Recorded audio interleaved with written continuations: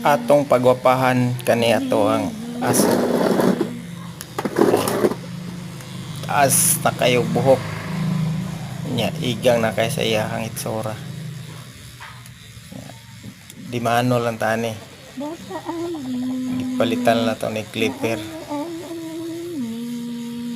Ay, ato po ni pagwapahan kay sa sulod biya ni gapuyo onya ato maning halok-halokan, dumug-dumugon, gakos-gakoson.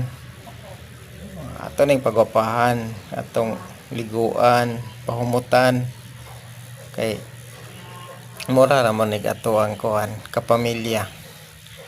Ato po ni silang tagaan og komportable nga sa ilahang look nga gwapa pod sila, komportable po kay sila. Kay mamiss po nimo ni sila kay magpaabot ba na sila, mulakaw ka magpaabot, malipay ka ni sila, magkitoy-kitoy gayo di ikaw nga mo daghang problema mawala kay malipay man ka.